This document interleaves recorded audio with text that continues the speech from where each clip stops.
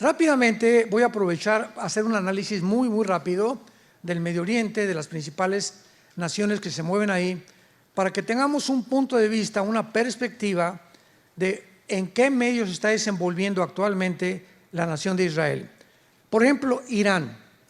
Irán en 1935 cambió su nombre de Persia a Irán, a la República de Irán, cuando derrotaron al Shah de Irán. Si vienes a la Biblia, encontramos nombres que no corresponden a las naciones actuales. Y lo único que podemos hacer es, para descubrir de qué nación está hablando la Biblia, es el lugar geográfico donde la Biblia los ubica. Entonces vamos a ver más adelante Ezequiel 38, donde se menciona a Persia viniendo con Magog, con Gog, a atacar a Israel. Y Persia es Irán desde 1935.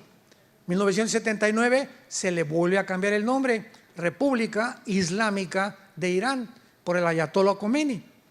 Entonces, Irán es actualmente la nación protagonista más peligrosa del mundo entero. Es la que financia a Hamas, la que financia a Hezbollah, que significa el partido del pueblo. A propósito, Hamas significa, a los que les interesa, en hebreo violencia. Hamas significa en hebreo violencia.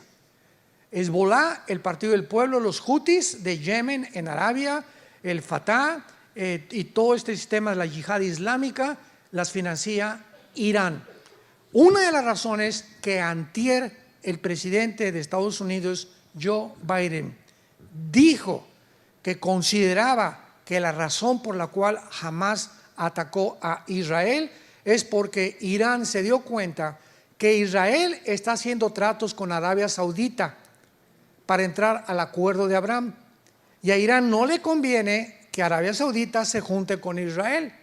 Entonces, para impedir y confrontar a Arabia Saudita con Israel, mandó precipitadamente a Hamas, que fue un ataque completamente desesperado, que se les volteó, ¿verdad? Como decimos aquí en México, se les volteó completamente el rifle y se apuntaron hacia ellos mismos, porque van a ser despedazados totalmente y a punto de desaparecer. Porque Hezbollah no los ayudó, los Houthis no los ayudaron, ninguna nación, los que jamás creían que en ese momento se iban a venir todos contra Israel, nadie extendió la mano para ayudarlos. Y están avanzando para buscarlos y no hay nadie que se atreva a buscarlos. Bola de cobardes, los demás grupos terroristas. Pero Irán necesita desesperadamente soldados en Siria, porque Irán, desde la invasión de Ucrania, es el compadre de Rusia y de China. Irán tiene el grupo Hezbollah en el Líbano, que está al mero norte de Israel, el Líbano. El Líbano no tiene gobierno tampoco. Lo que hizo Hamas en Gaza, dar el pinochetazo a la autoridad palestina, es lo que hizo Hezbollah con el gobierno en el Líbano. Entonces, en el Líbano el gobierno es Hezbollah.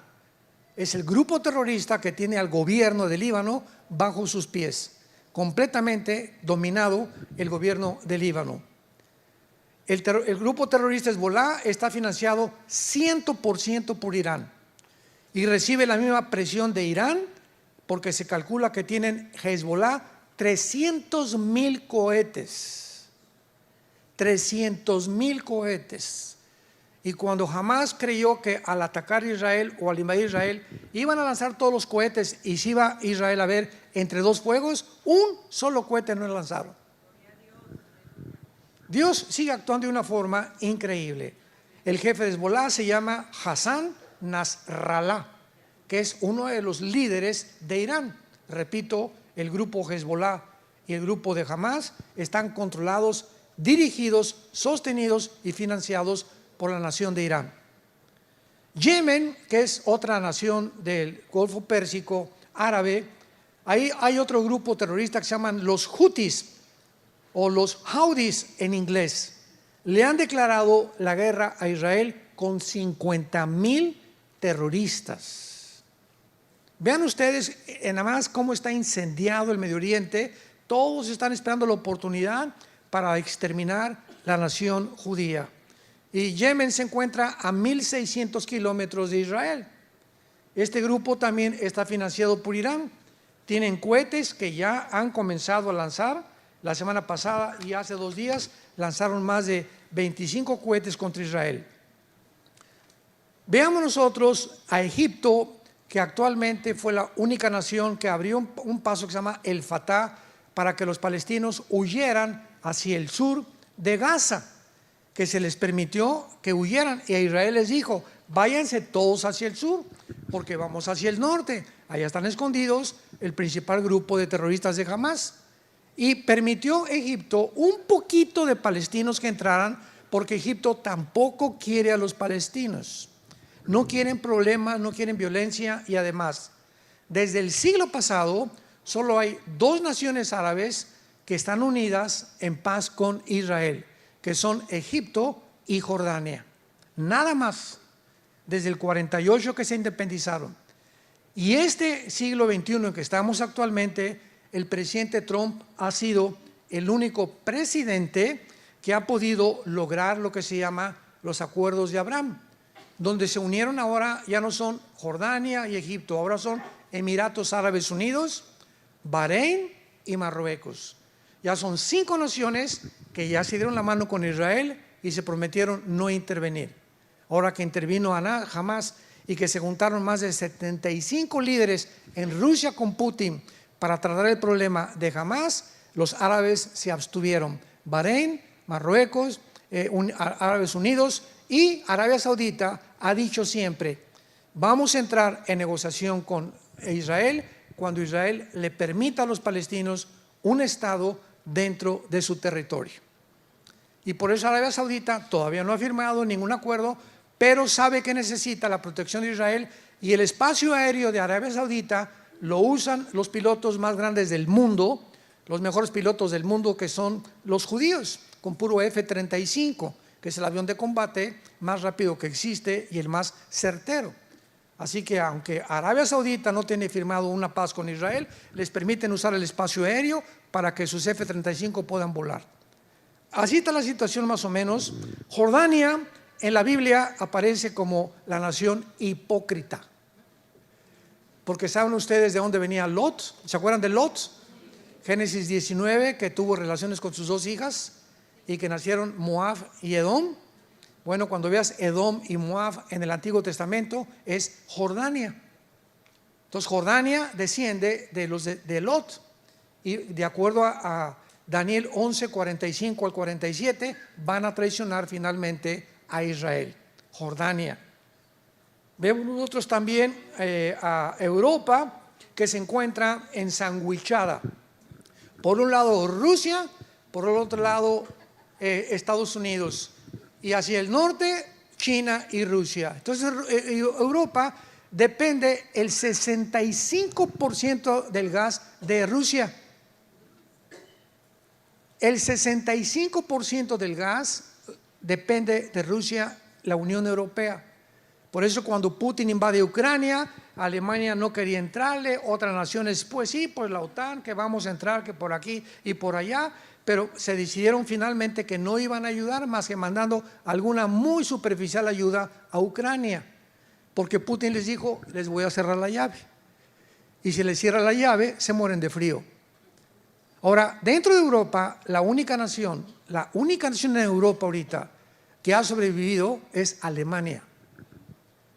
España, Portugal, Italia y Grecia se encuentran en bancarrota económica total. El Banco Europeo y el Fondo Monetario Internacional ya no puede darles $1 de ayuda a ninguna de estas naciones. Y la segunda nación que ha sobrevivido es Francia, porque está junto a Alemania. Y ahora que salió Angela Merkel de primera ministra de Alemania, ¿verdad?, entró Scholz actualmente de ministro de Alemania, y está esperando de alguna manera que ahora que Putin, ¿verdad?, se quede en Ucrania o siga avanzando, bajo las alas de qué gallina se va a meter Europa ahora, porque siempre Estados Unidos ha sido el que ha protegido a Europa por la OTAN. La OTAN es la organización de las naciones del Atlántico del Norte, que se formó en 1947, el ejército de Europa para protegerse de la invasión de los comunistas. Entonces, toda nación que pertenezca a la OTAN en Europa, si lastiman a España, entra toda Europa. Si lastiman a Francia, entra toda Europa. Si lastiman a Ucrania, no pueden entrar, porque Ucrania no pertenece a la OTAN. Y cuando Putin vio que comenzaba la OTAN a avanzar hacia el norte y al oriente de Europa, y se dio cuenta que si llegaban a Ucrania, iban a convencer a Zelensky, el presidente de Ucrania, que entrara a la OTAN, Rusia desaparece. Porque el día que la OTAN esté ahí, o Estados Unidos en Ucrania, de Ucrania al Moscú, hay 12 minutos para que un cohete llegue. Entonces, poniendo armas nucleares en la frontera, que es casi la frontera con Rusia, Rusia no se puede arriesgar estratégicamente ni militarmente a que tenga un enemigo en su frontera. Es con lo que pasó en el 62 con Cuba y con Estados Unidos, ¿se acuerdan? Que Kennedy, el presidente John Kennedy, por los satélites que ya estaban comenzando a funcionar, descubrieron que Nikita Khrushchev puso satélites en Cuba apuntando a Estados Unidos aquí, así descaradamente, apuntando para acá. Entonces agarra el teléfono el presidente Kennedy y le dice a Nikita Khrushchev, ¿sabes una cosa? O lo sacas o viene la Tercera Guerra Mundial. Fue la primera amenaza en el siglo pasado de una guerra mundial, porque iba a haber una guerra mundial. Entonces, gracias a Dios que duró 2 semanas este conflicto, se convenció Khrushchev y se retiraron los cohetes y se fueron a Rusia, pero estuvieron a punto de entrar a una guerra, porque Estados Unidos no va a permitir cohetes apuntando hacia su país, tampoco Rusia va a permitir que en Ucrania le estén apuntando hacia su país, Estados Unidos, ni tampoco la OTAN.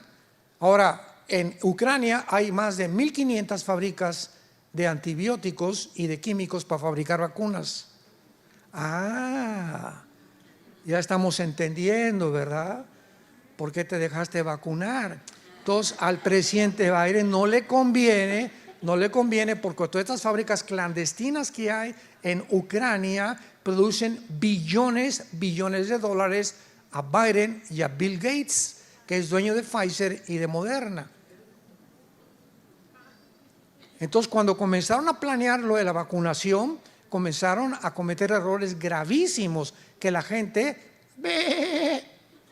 como borreguitos, cayeron en la trampa. Yo digo cayeron porque mi esposo y yo no caímos, no sé cuántos de ustedes, pero yo desde el principio me di cuenta.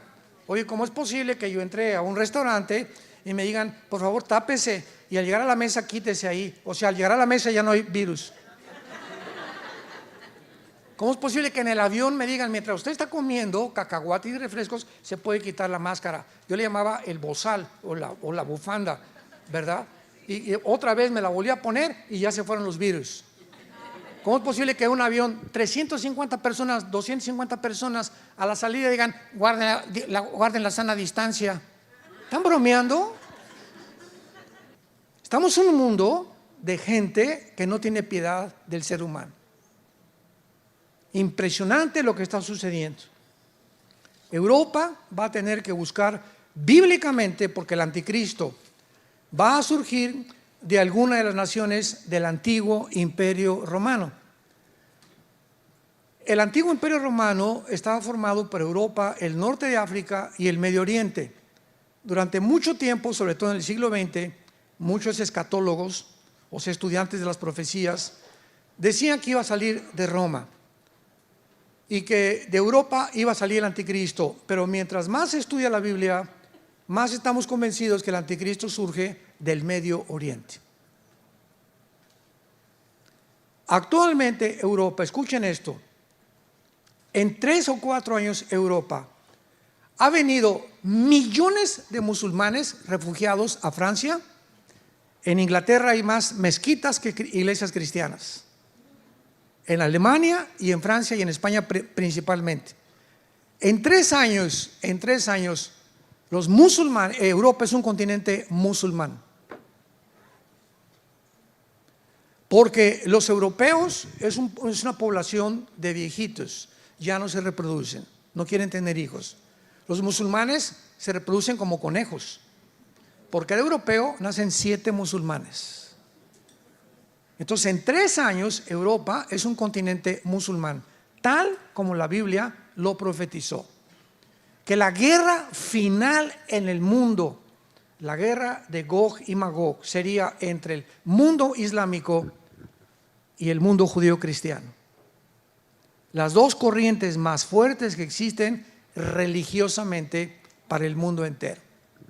Y Europa no va a tener más que hacer algo importante, porque el anticristo va a surgir cuando digamos que 5 naciones de Europa y 5 del Medio Oriente, Daniel capítulo 2, capítulo 7, se unan. Cuando oigamos, pongan atención, cuando oigamos un G10, se unieron 5 naciones de Europa, 5 del Medio Oriente, hicieron un pacto de las 10. De una de estas naciones surge el cuerno pequeño o el anticristo.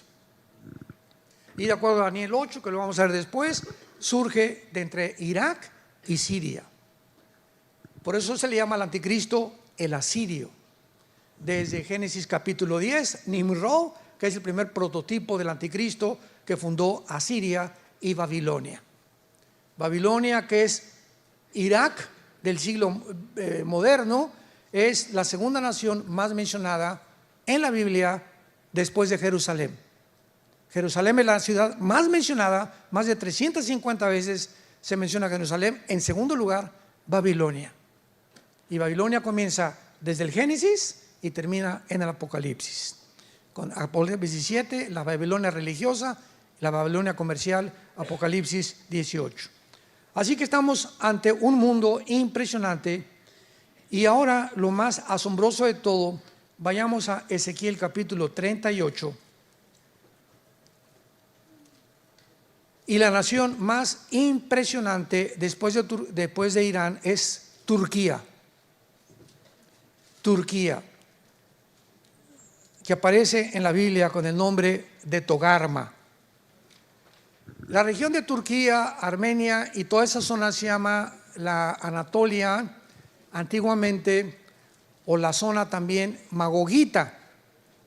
Pero lo que más impresionante es, y hace poco confundimos a unos periodistas, ¿verdad? Que ¿cómo es posible que los cristianos digan que Turquía se va a unir a Rusia?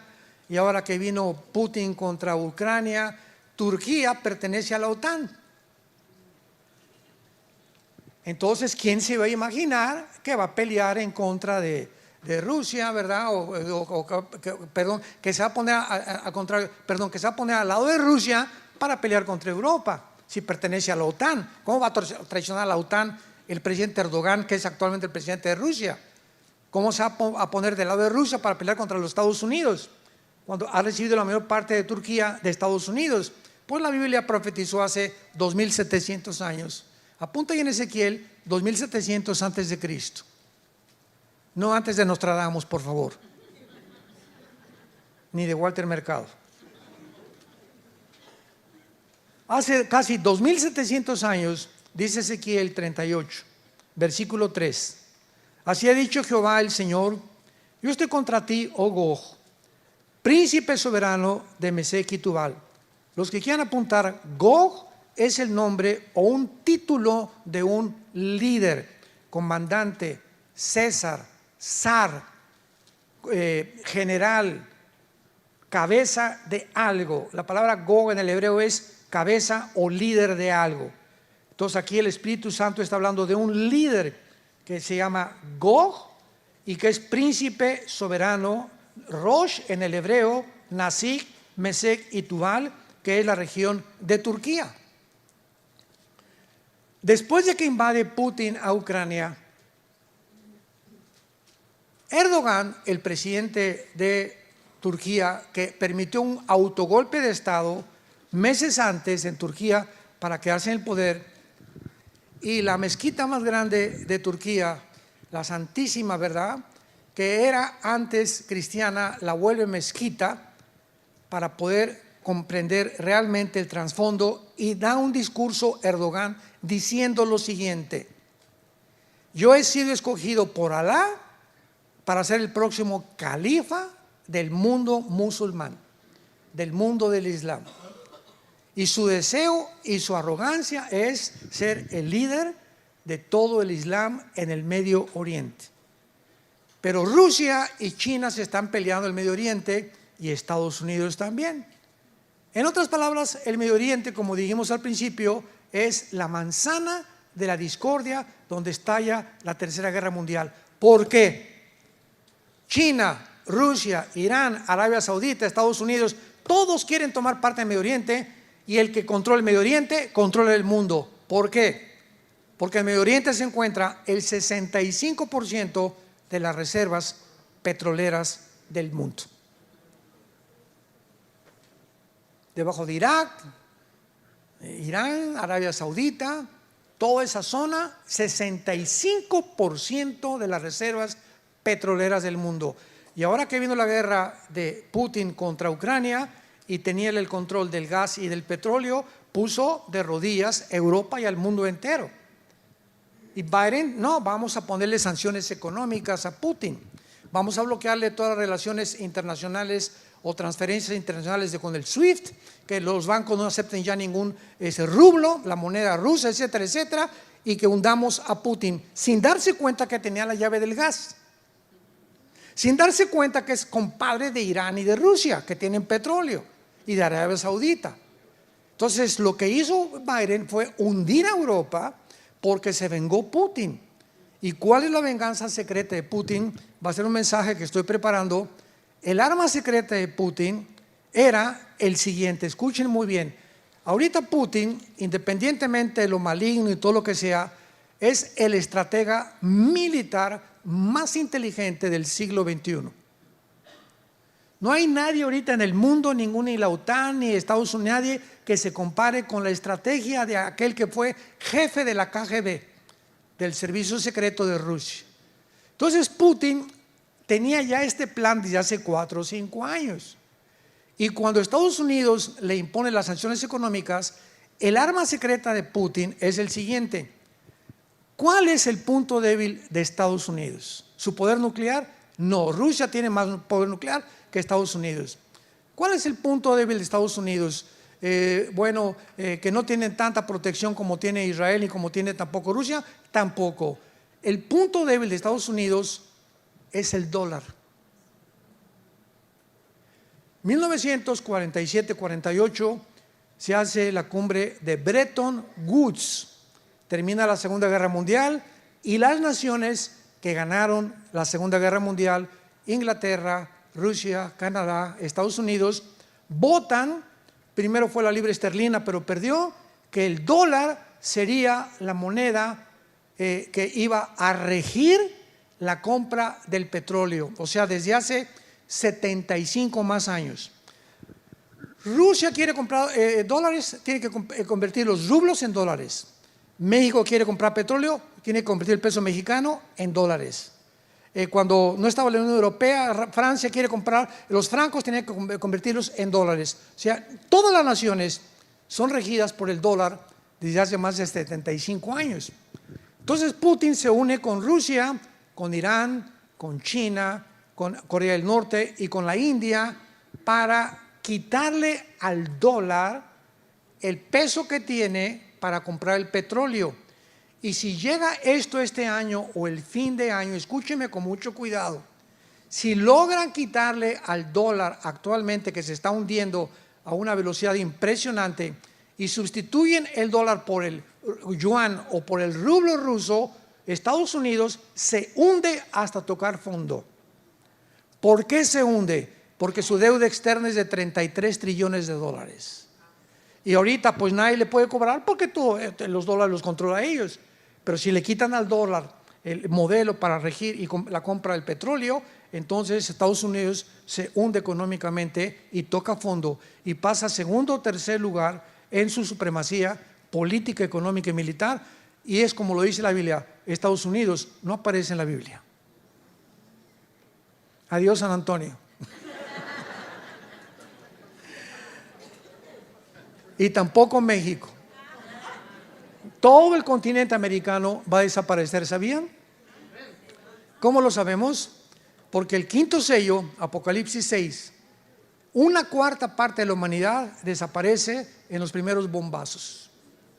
Una cuarta parte de la humanidad. Somos ahorita 8,000 millones de personas.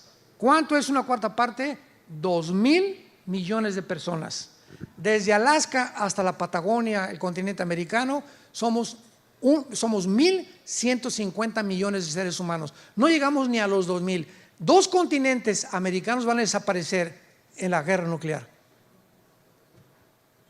Cuando venga Cristo, una tercera parte de la humanidad es la que sobrevivió la guerra nuclear, en la que el mundo se encuentra a punto de autodestruirse unos contra otros. Todo esto es increíble a la luz de todo lo que estamos viendo, porque ahorita es Rusia la que tiene el control del gas, del petróleo y del grano. Entonces, cuando Erdogan vio que Rusia ponía las sanciones y que ya no tenía petróleo Erdogan en Turquía, ni el grano, dice: si a mi pueblo se da cuenta que no hay grano ni hay petróleo, me van a dar un golpe de estado. Entonces dijo Erdogan: me uno con Rusia, y comenzó a retratarse con Putin y con el ayatollah de Irán y con Xi Jinping de China. Y ahora vemos las fotos por todos lados de Xi Jinping, Putin, el ayatollah y Erdogan de Turquía. Y a notar de Erdogan de decirle a la OTAN: ahí nos vemos. El momento en que Erdogan le diga a Europa adiós, Turquía tiene el ejército más poderoso de la OTAN. Ya se salió Inglaterra, ¿se acuerdan del Brexit? Ya se salió Inglaterra, ahora se sale Turquía, Europa se queda como un pollito desamparado. ¿Qué cosa va a hacer? Bíblicamente va a pedir ayuda a los árabes para formar un G10 y poder subsistir y sobrevivir y reconstruir Europa después de lo que se viene. Qué increíble es todo esto que estamos viendo. Y vayamos aquí mismo en Ezequiel 38 a las otras naciones que la Biblia profetizó, que son las naciones que actualmente forman ya esta alianza de Rusia, China, Irán, Corea, etcétera, etcétera. Nunca se había formado en la historia, jamás, ni en la Primera ni en la Segunda Guerra Mundial. Y la Biblia profetiza la alianza en la que Rusia tendrá para atacar a Israel. Tal vez este año, el próximo año, no lo sabemos, pero es una de las próximas guerras que debemos esperar en el mundo. Dice el versículo 5, Persia, vayan apuntando, es Irán.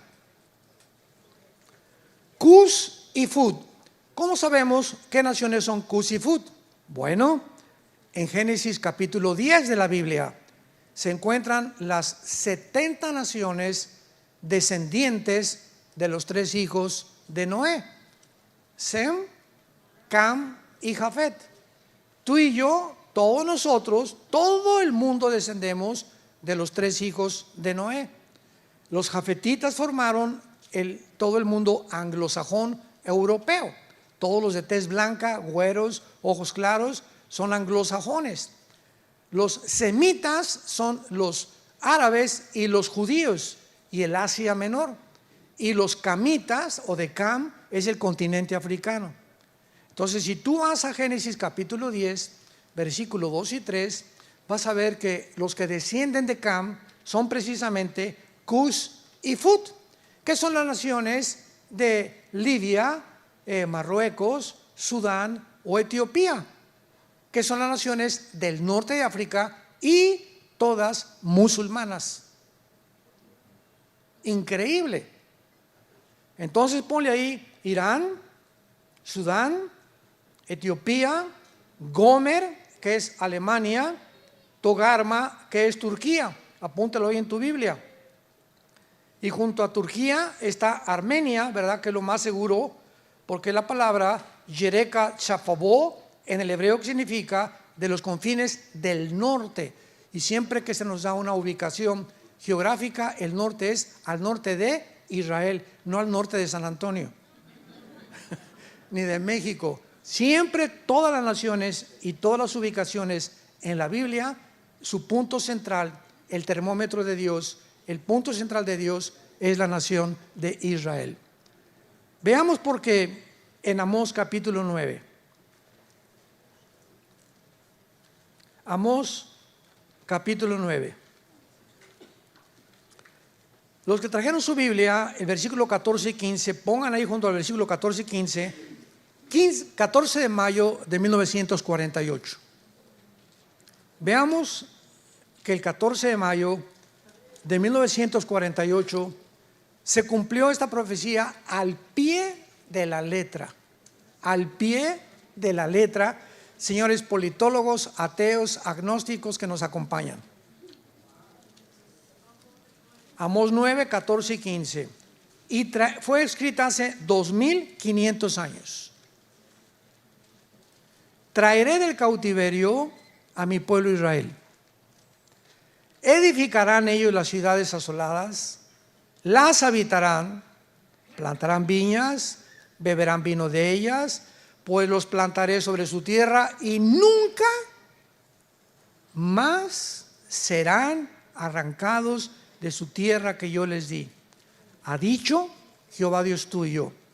En el año 70 después de Cristo, llega Tito el general romano y arrasa con Jerusalén. No quedó piedra sobre piedra. Los papiros, los escritos de los judíos, etcétera, etcétera, desaparecieron. Por eso tuvieron los judíos que inventar el Mishnah, que son interpretaciones de la Torah, no es la Torah. Entonces, casi 2000 años los judíos fueron a España, Italia, Inglaterra, Rusia, todas las naciones del mundo fueron repartidas. En casi 2000 años es la única civilización, el único grupo étnico, la única cultura que ha existido desde que hay tribus, que en más de casi 2000 años, no perdieron su cultura, sus tradiciones, su religión ni su idioma. Un ejemplo, ahora que mi esposo y yo vivimos aquí en Dallas, aunque tenemos las oficinas en México, todos los mexicanos vienen aquí a Estados Unidos, ustedes lo saben porque vienen aquí, nicaragüenses, salvadoreños, etcétera, etcétera. A los 4 o 5 años ya no hablan español. Es un fenómeno porque todos buscamos, ¿verdad?, no sentirnos aislados. Entonces nuestros hijos crecen aquí, van a la escuela inglés, y no quieren, ¿verdad?, quieren pertenecer a la cultura. No quieren sentirse marginados de los demás. Y es una desgracia, porque ahora a los bilingües se les paga el doble aquí en Estados Unidos. Y tú vas a Europa y un europeo habla mínimo 3 idiomas. Entonces yo siempre que me encuentro, yo tengo 3 nietos que viven allá en Dallas, 2 nietos, y les digo que no se les olvide, le digo a mi nuera, oye, enséñales español, hablen español en tu casa, en la escuela hablan inglés, en el trabajo hablan inglés, hablas en español para que sean bilingües, van a ganar hasta más dinero. Hace un año nuestra hija Salem, que se acaba de casar, le hablaron del FBI, se graduó ahí en Dallas y estaba estudiando ahorita una maestría en Harvard y le hablaron del FBI, fue en Dallas, ¿verdad? Donde le hablaron, en FBI de Dallas.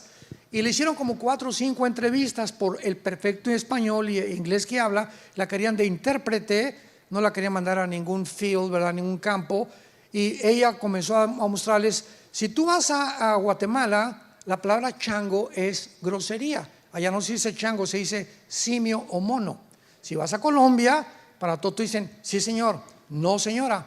A los popotes les dicen pajilla. O sea, es impresionante cómo cambia el idioma español en Costa Rica. A los ticos, en Costa Rica a las niñas les dicen huilas. Huilas en México es prostituta. Y no digo otras palabras, ¿verdad? Pero de acuerdo aquí en Latinoamérica, tú vas a Uruguay, vas a Colombia, hay palabras que completamente son diferentes y frases que no son iguales en México, ni son iguales en Guatemala, ni en Nicaragua.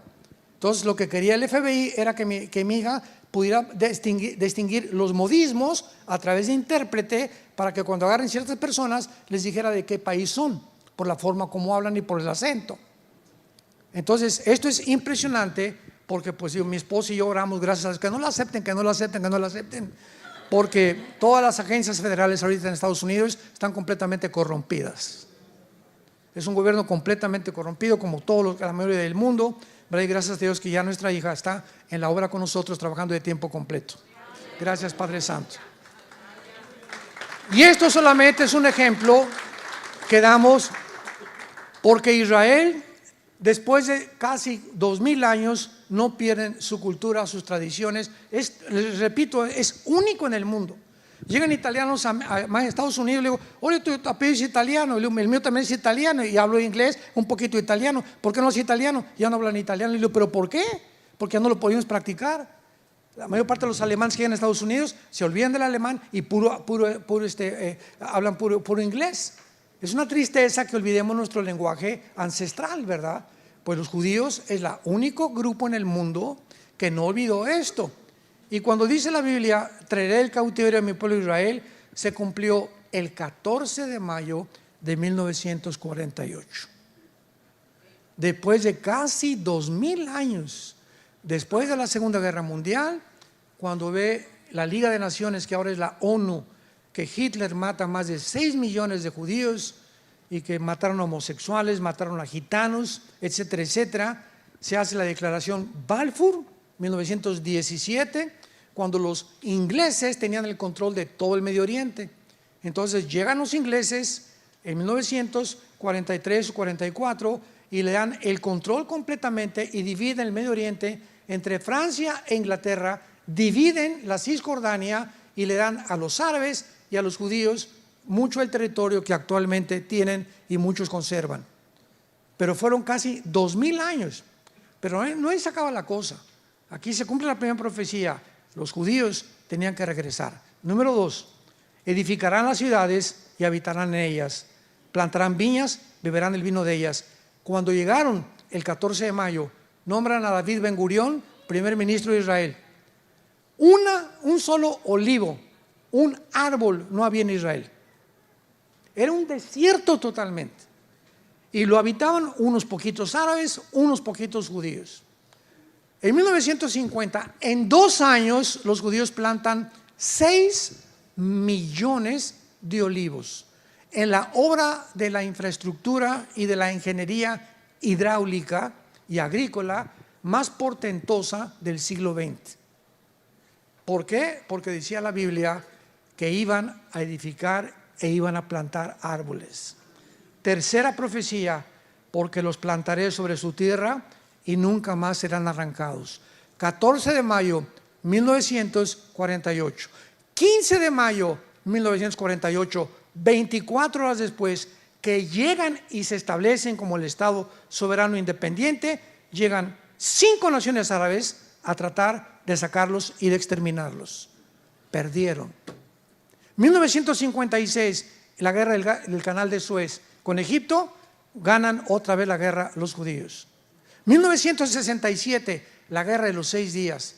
De acuerdo al general Schwarzkopf, lean la Biblia, el libro de la biografía del general Schwarzkopf. ¿Quién es el general Schwarzkopf? Es un general alemán nacionalizado norteamericano, que cuando llegaron los americanos a sacar a Hussein en la guerra del Golfo Pérsico, él fue el que dirigió a 29 naciones. Era un general de aquí de Estados Unidos, Schwarzkopf, y escribió un libro que se llama Mis aventuras en West Point, que es la academia en Estados Unidos donde entrenan a los mejores militares de carrera. Y el general Schwarzkopf dice lo siguiente: he visto las guerras, he estudiado de Napoleón Bonaparte, de Aníbal, las falanges de Alejandro el Magno, etcétera, etcétera. Nunca en la historia hay una guerra similar que se compare con la guerra de los 6 días de 1967, donde 5 naciones árabes, guiadas por el presidente en aquel tiempo de Egipto, Nasser, junta a las 5 naciones y les dice: exterminemos y echemos a los judíos al mar Mediterráneo. Escuchen esto.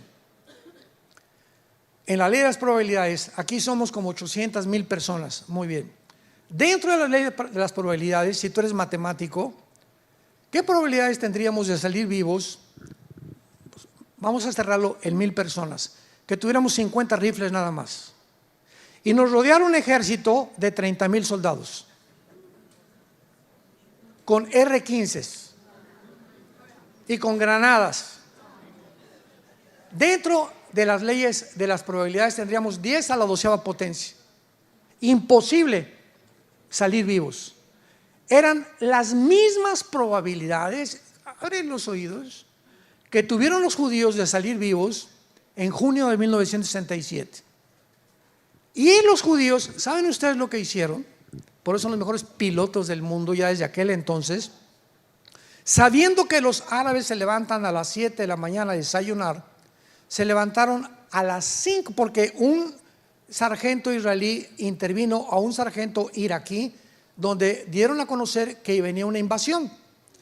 Entonces se subieron a los aviones el 2 de junio y a las 5:30 de la mañana se fueron hacia Egipto y acabaron con toda aviación de Egipto, la borraron.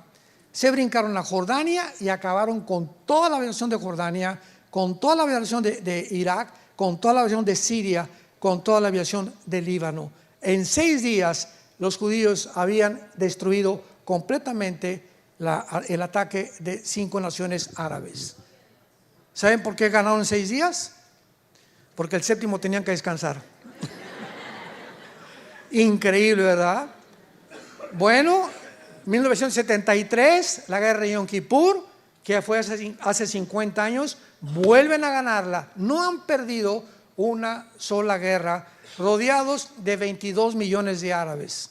Nunca nadie los va a volver a arrancar. Los árabes se dieron por vencidos y formaron los grupos terroristas.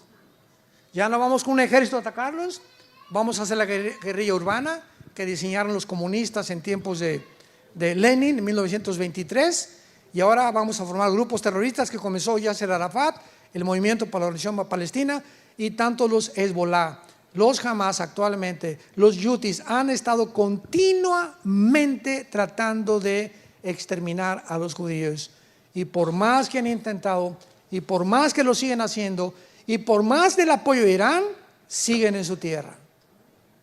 Ahora vean el milagro del 7 de octubre pasado.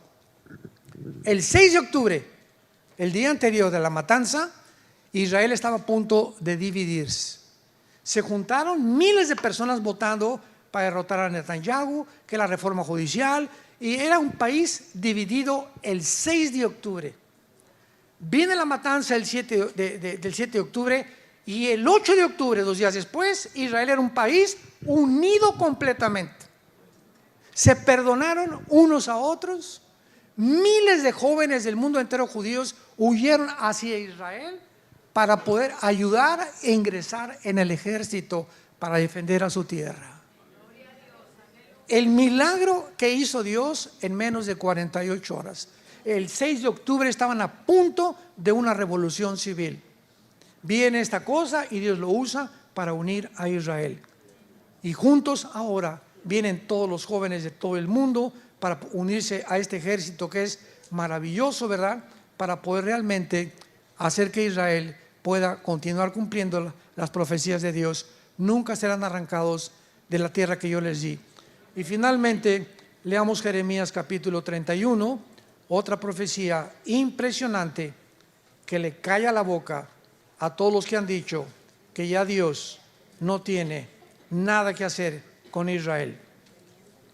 Yo inclusive tengo un amigo que quiero mucho, pero que diferimos en cuanto a historia, y él me dice, no, es que ya Israel no ha cumplido ninguna profecía de Dios.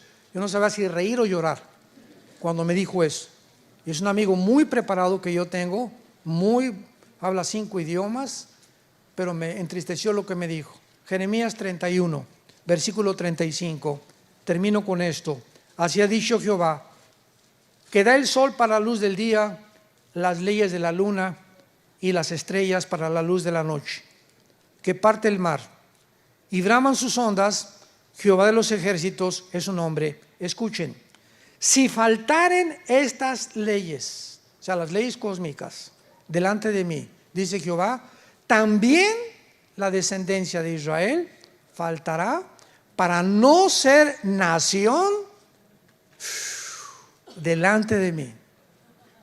Así ha dicho Jehová, si los cielos arriba se pueden medir y exploraran abajo los fundamentos de la tierra, también yo desecharé toda la descendencia de Israel por todo lo que hicieron, dice Jehová. ¿Más pruebas? ¿Qué dice Dios? Que su pueblo es indestructible. No porque sean buenos, ni porque sean más inteligentes, ni mejores que mexicanos, que guatemaltecos, que nicaragüenses. Simplemente Dios en su soberanía escoge un punto geográfico en el mundo.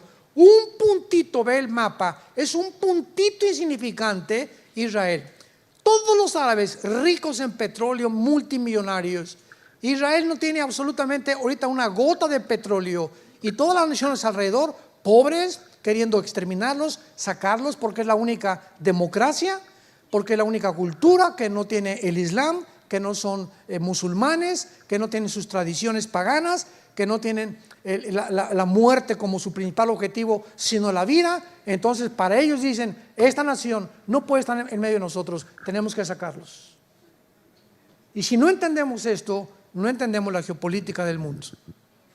Y Dios lo hace simplemente para lo siguiente que voy a decir. Israel es la evidencia más grande, la sobrevivencia más grande de que Dios existe.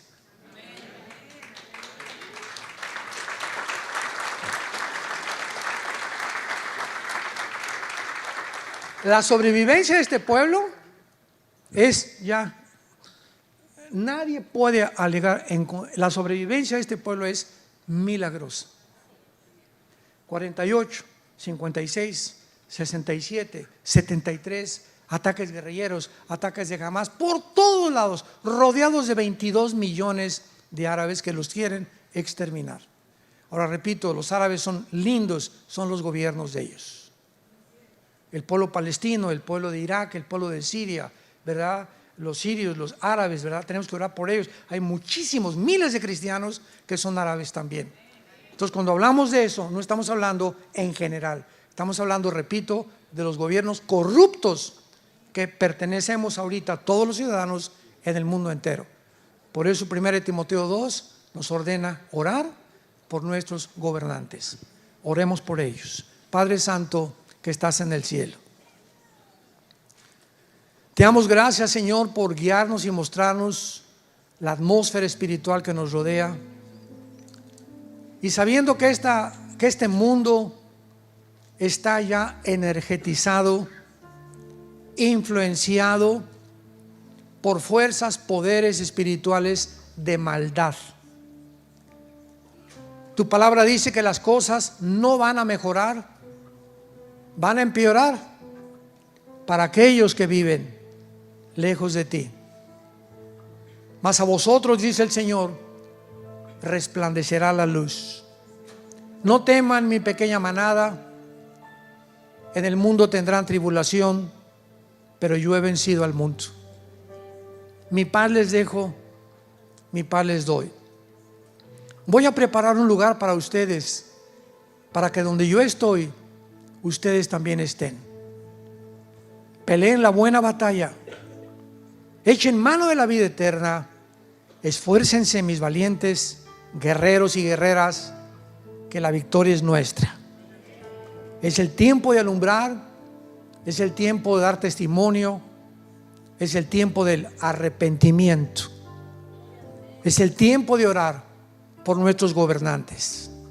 Te pedimos, Padre, por el presidente Joe Biden, por Jill, su esposa, por su hijo Hunter, por sus nietos, por el presidente de México, señor López Obrador, por su familia, sus 3 hijos, por el presidente de Argentina, el de El Salvador, los de España, los comunistas en Europa. Te pedimos, Padre, que les des sabiduría para gobernar, que cambie sus corazones, que le des sabiduría actualmente a Israel para saber qué decisiones tomar, tan difíciles que están tomando actualmente en el mundo. Te pedimos, Padre, que mientras llegue el momento de estar contigo, tengamos paz en nuestra vida y la esperanza a la que nos has llamado. En el nombre de Jesús. Amén.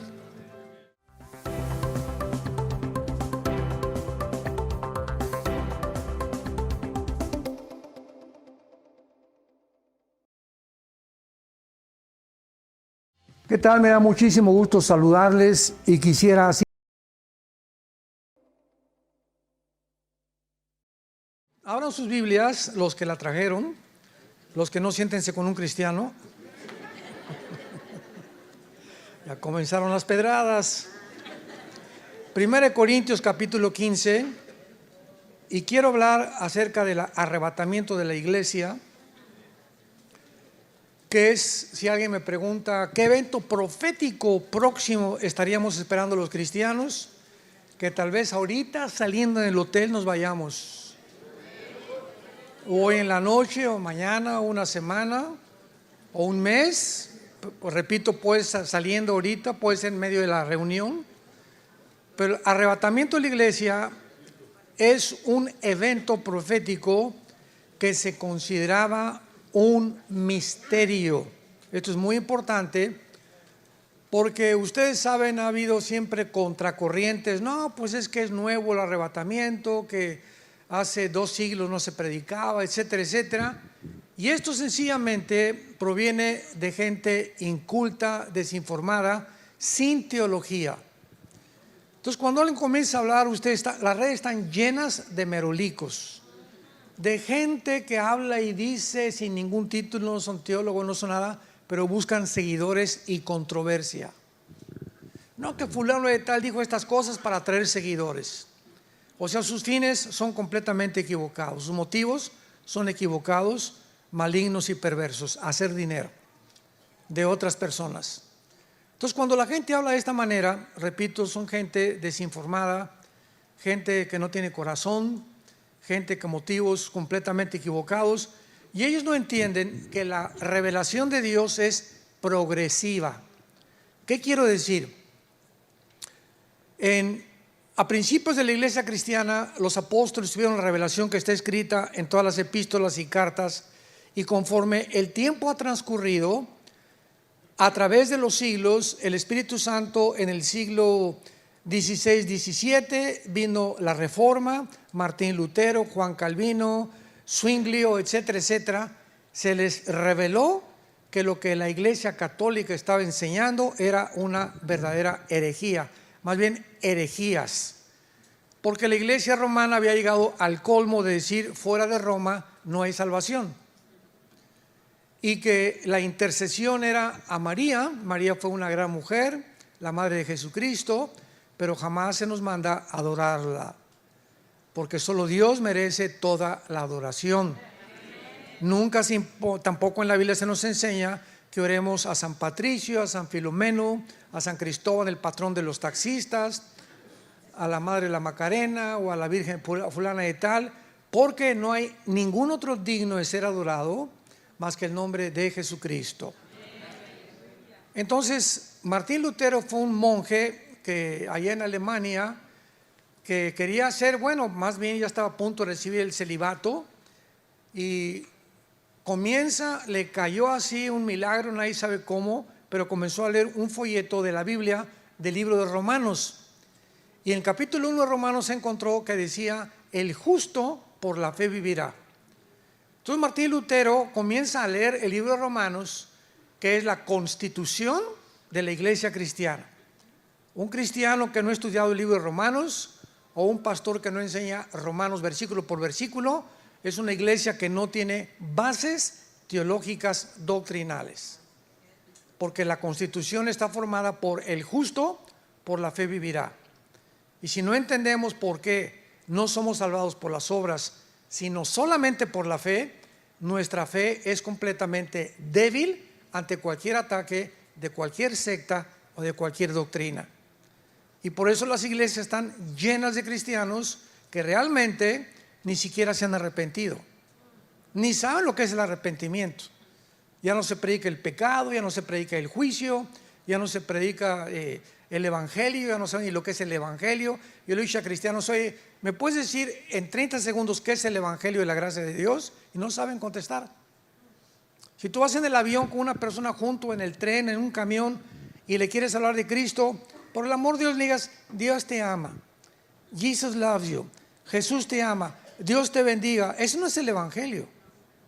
Pero tú puedes en 30 segundos comunicar el evangelio que es simplemente, tú sabes, fulano de tal, tú sabes que la Biblia dice que alguien murió por ti en una cruz, pero que tus pecados han hecho estorbo, y si tú te arrepientes, Cristo pagó por ellos con su sangre. Ese es el evangelio, que Cristo fue crucificado, enterrado y resucitado a los 3 días. Y si tú no predicas eso, no es el evangelio. Ese es el evangelio. Dios encierra el evangelio en estas palabras para avergonzar a los sabios. Y un mensaje tan sencillo como ese es el que tiene el poder de convertir. Pero si tú no le dices claramente que alguien pagó por los pecados y que necesita arrepentirse, porque tu vida ha ofendido a Dios, mamacita, tu vida ha ofendido a Dios, oye comadre, oye amigo, necesitas entender que Dios te ama, pero tus pecados, si no confrontamos a la gente con el pecado, pues ¿de qué se van a arrepentir? Si el médico no me convence que estoy enfermo, ¿cómo me voy a tomar la medicina? Y ese es el problema. Ahora nada más, recibe a Cristo, levanta la mano, todos quieren recibir a Cristo, recibe. Y comienza un tiradero de gente, ¿verdad? Eso es un circo. Le ganaron al Circo Soleil. Eso no es el evangelio ni es la iglesia cristiana. Pero estamos llenos de falsas doctrinas, de falsas enseñanzas que desgraciadamente han llenado la iglesia. Y no nos sorprendamos, ahorita decíamos en la comida, la Biblia profetiza que todo esto iba a suceder, la apostasía. Y vivimos el tiempo de la apostasía. Desde hace 30 años, nunca en toda la historia de la iglesia cristiana se habían introducido tantas malas doctrinas como las que se han introducido en los últimos 30 años. Y la gente las está recibiendo por no conocer la verdadera doctrina. Entonces, cuando yo le dice a Daniel 12, Daniel, cierra las palabras de este libro y no los van a entender nadie hasta que pasen 2600 años. Cuando pasen 2600 años, esa generación que somos nosotros, vamos a entender las profecías de Daniel. Por eso no se predicaron hace 40 años, ni hace 50 años. No se predicaba tanto el anticristo como ahora, porque nunca ninguna generación estaba lista para recibir al anticristo más que la nuestra. ¿Por qué? Por la tecnología que tenemos. Hace 40 años el anticristo no podía aparecer. ¿Cómo puede aparecer un hombre y gobernar el mundo sin una computadora y sin un chip? Tenían que inventarse los chips, las computadoras, la inteligencia artificial, la robotización, para que pudiera un hombre como el anticristo gobernar al mundo económicamente por medio de un chip o por medio de la tecnología que tenemos. Y esa tecnología ya existe. Nosotros somos la generación que está lista para que un hombre llamado el anticristo tome el poder por la tecnología que tenemos. Antes no estaba el mundo listo. Entonces Dios considera hace un siglo, 2 siglos, que como nos vamos acercando ya a la consumación de la historia, la predicación del rapto era importante. Por eso se le ha dado más importancia. Pero como dice, ni siquiera está en la Biblia, le digo, pues arráncale 1 Tesalonicenses capítulo 4, 1 Corintios 15, Juan capítulo 14, se arráncalos de la Biblia. No es de que no esté en la Biblia, lo que pasa es que no se había predicado porque se había dado énfasis a otras doctrinas, pero no se había dado énfasis a la profecía. Y ahorita que nos acercamos al mundo, con todo lo que está pasando, resulta que ahora la mayor parte en el liderazgo cristiano en el mundo no sabe nada de profecía. En todos los lugares donde mi esposo y yo hemos viajado, la gente nos ha dicho lo mismo: hermano, es que esto no lo predican en ninguna iglesia. Nadie está explicando lo de Ucrania, lo que está pasando, lo del Hezbollah, lo del Hezbollah, lo de Rusia, lo que va a pasar, qué país están en la Biblia, qué es la geografía que estamos enfrentando nosotros, cómo es la geopolítica del mundo. Nada de esto se está predicando. Y la pregunta es ¿por qué?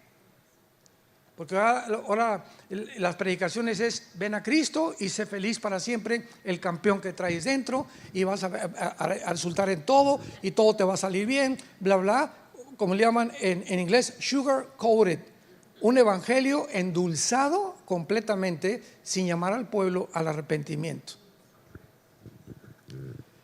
En 1 Corintios 15 Pablo nos revela un misterio, y en la Biblia la palabra musterión en el griego, que se tradujo misterio, es una verdad o una doctrina que en el Antiguo Testamento no existía. Y cuando Pablo nos habla en 1 Corintios 15, 51 al 53, he aquí os digo un misterio, este misterio del cual vamos a desarrollar, que es el rapto de la iglesia, no se conocía en el Antiguo Testamento. Y vean, Dios no le reveló el rapto ni a Pedro, ni a Juan, ni a Santiago, ni a Mateo, ni a Lucas, ni a ningún apóstol. Se lo reveló específicamente a un solo hombre. Por eso es tan importante cómo nos necesitamos todos a nivel de iglesia. Pentecostales, presbiterianos, bautistas, la iglesia del Señor Viano para el mundo, todos somos hermanos en Cristo, con diferentes perspectivas de diferentes doctrinas. Hay hermanos que creen que se pierde la salvación, otros que no se pierde la salvación, unos que tienen que hablar en lenguas todos, otros que no, etcétera, etcétera. Doctrinas no esenciales relacionadas con la salvación. Pero si tú crees que es la sangre de Cristo, la resurrección de los muertos, y que es por la gracia por la que somos salvados, eres mi hermano. El título que tenga la botella no importa, sino el contenido que está en tu corazón. Entonces tú puedes llamarte presbiteriano e irte al infierno, puedes ser bautista e irte al infierno, puedes ser pentecostal o carismático e irte al infierno, porque no es el título ni la iglesia, es la vida de Cristo dentro de ti la que te da la salvación. ¿Me van entendiendo? Esto es muy importante de entender. Son principios elementales de doctrina cristiana. He aquí luego un misterio, dice el apóstol Pablo. ¿Qué es este misterio o esta verdad no revelada bajo el Antiguo Testamento?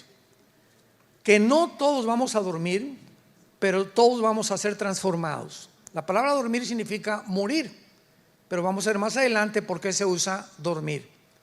En un momento, en un abrir y cerrar de ojos, a la final trompeta. Entonces, muchos detalles.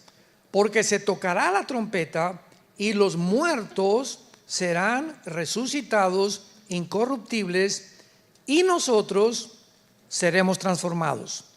Porque es necesario que esto corruptible se vista de incorrupción y esto mortal se vista de inmortalidad.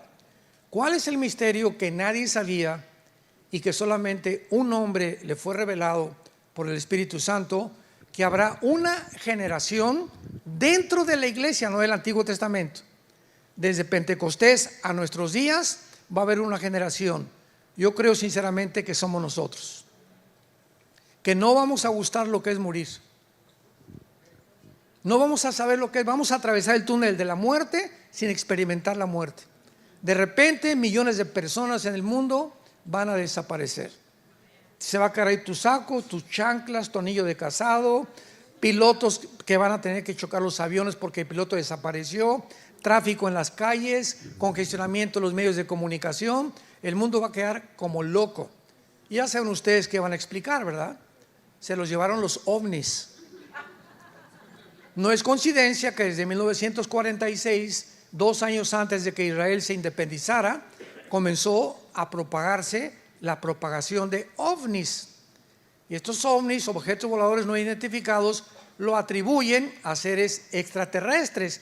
Y hasta ahí decimos amén, amén.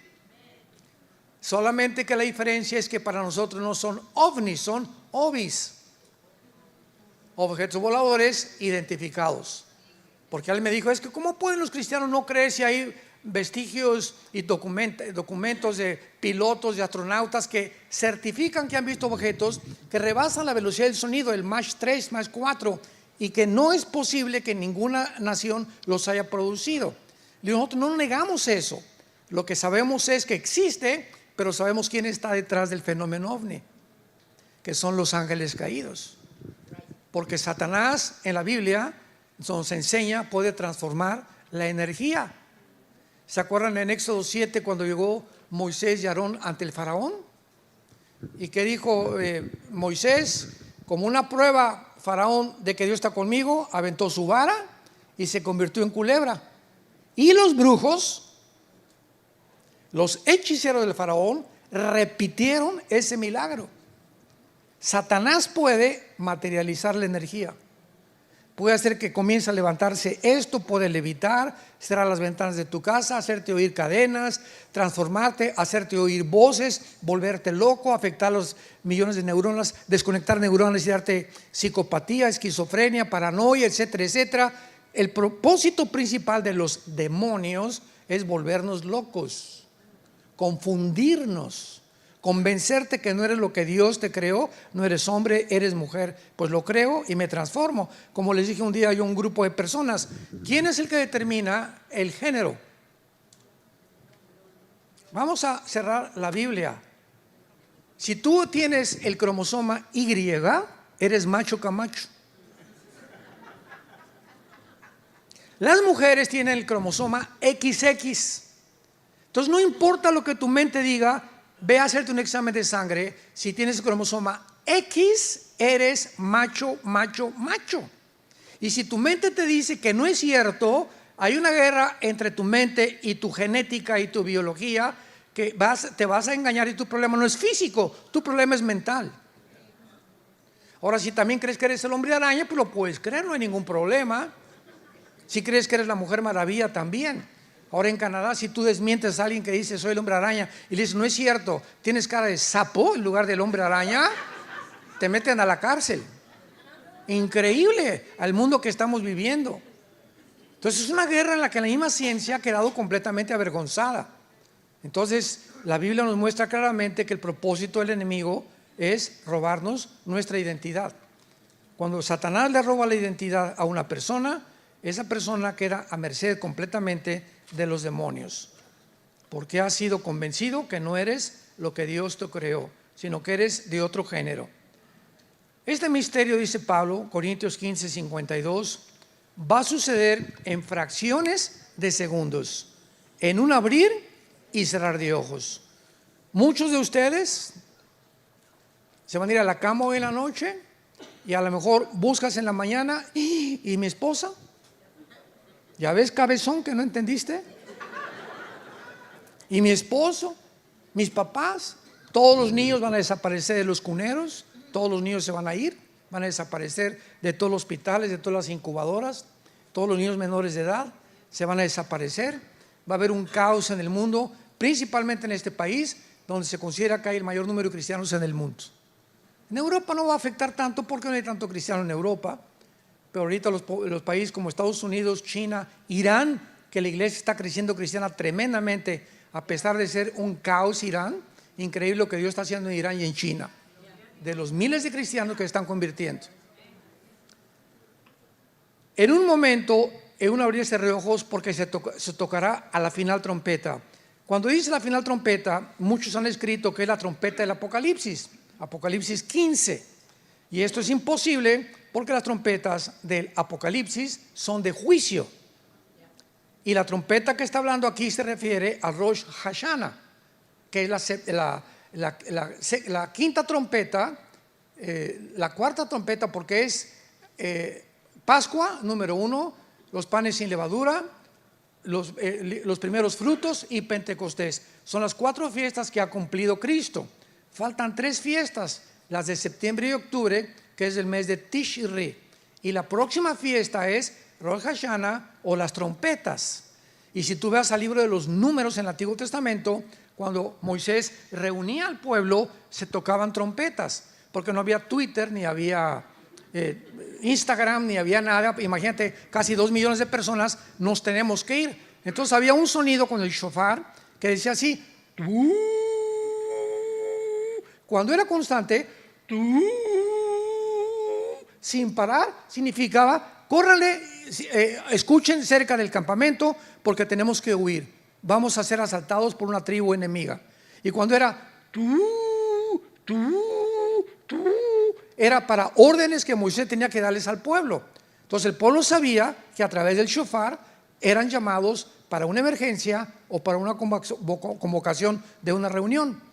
Y Rosh Hashanah es la 100ª trompeta, la última trompeta que toca en la fiesta de las trompetas. Por eso muchos creen que si el rapto viene va a ser entre septiembre y octubre. No hay nada de aquí, nada dogmático, ¿verdad? Pero es posible que esté relacionada con la fiesta de las trompetas, porque dice a la final trompeta: los muertos serán resucitados, incorruptibles, y nosotros seremos transformados. O sea, de repente, tal vez ahorita en el próximo minuto o hoy en la noche, todos los muertos, que tus papás, tus hermanos, abuelos que murieron en Cristo, van a ser primero que nosotros, van a ser sacados de las tumbas al cielo con Cristo.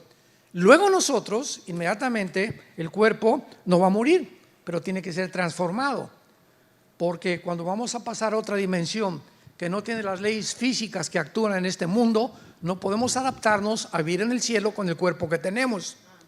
Este cuerpo es corruptible, sujeto a la muerte celular, porque el pecado, paga el pecado es la muerte.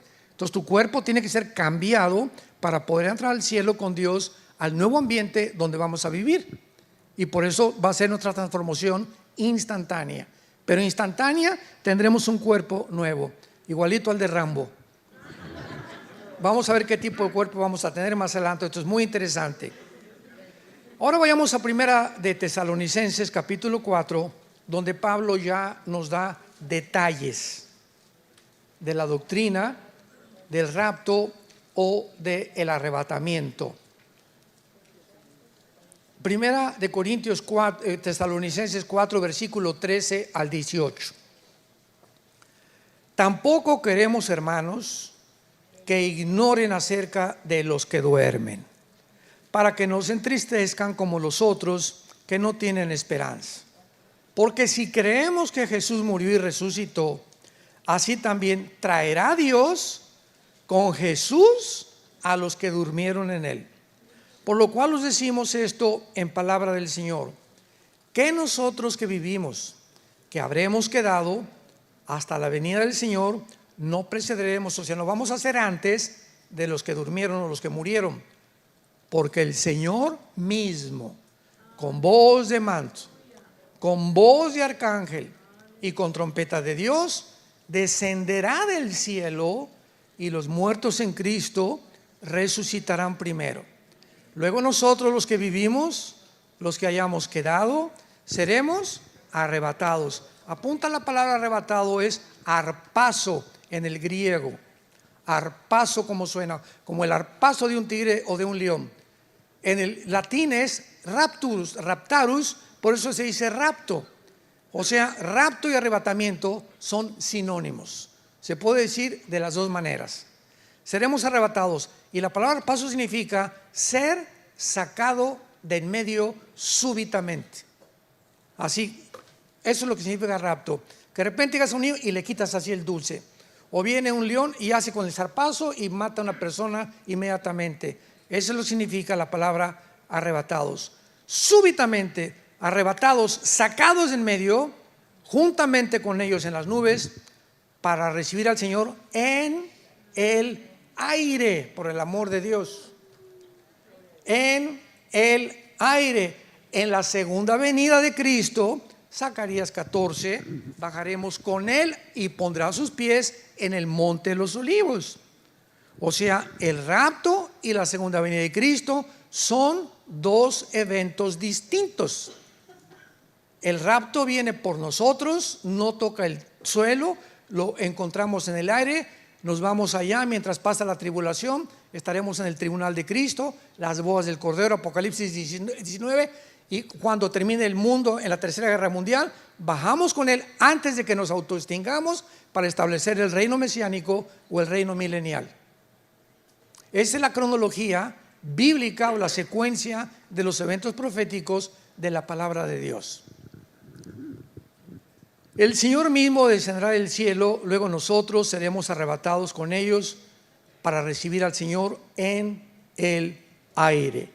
Y así estaremos siempre con el Señor. Por lo tanto, aliéntense unos a los otros porque esperamos al anticristo. ¿Eso dice? Oye, por favor, ¿cuándo viene el anticristo? No me importa cuándo venga el anticristo. Nosotros no estamos esperando al anticristo, ni me interesa conocerlo. Si tú lo quieres conocer, pues quédate. Pero por eso aliéntense unos con otros. Si no va a haber rapto y vamos a pasar la tribulación, ¿de qué manera nos vamos a alentar? Nos alentamos porque sabemos que vienen por nosotros antes de que se vengan los 21 juicios de Apocalipsis sobre el mundo. Esta es la grande diferencia. Veamos ahora con detalle este pasaje, versículo 3. Pablo no quería que la iglesia de Tesalónica ignorara. ¿Qué cosa? En aquel tiempo no había mucha información acerca de los muertos. Cuando en el Antiguo Testamento morían, la única información que tenían era que todos los buenos y los malos bajaban al centro de la tierra, a un lugar que se llama el Sheol. Y esta palabra en el hebreo significa el lugar de la sepultura o el lugar de los muertos. Es todo lo que sabían, que bajaban al Sheol, buenos y malos.